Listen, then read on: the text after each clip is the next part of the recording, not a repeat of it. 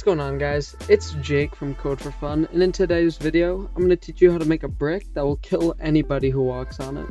This video is going to be fairly simple. You're just going to learn some knowledge on how to use if statements, how to manipulate the humanoid, and how to activate the touched event. The first thing we want to do is create a script inside of the kill part.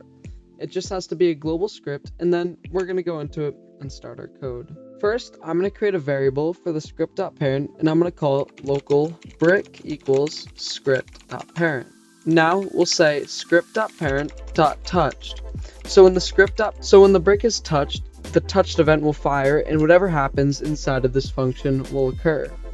The next thing we need to do is we need to figure out if it's a humanoid that touched it, because it might fire when, say, the base plate touches the part, and that's not what you want. You just want it to fire when a humanoid touches.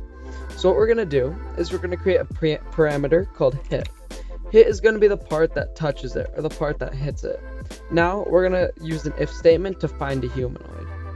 And we're going to say if hit.parent find first child humanoid. Then if we used hit.parent.humanoid, we'd actually get an error, so this is a much more efficient way of doing it, and it won't break the entire script. All we have to do now is set hit.parent.humanoid.health equals 0. Let's see what happens now.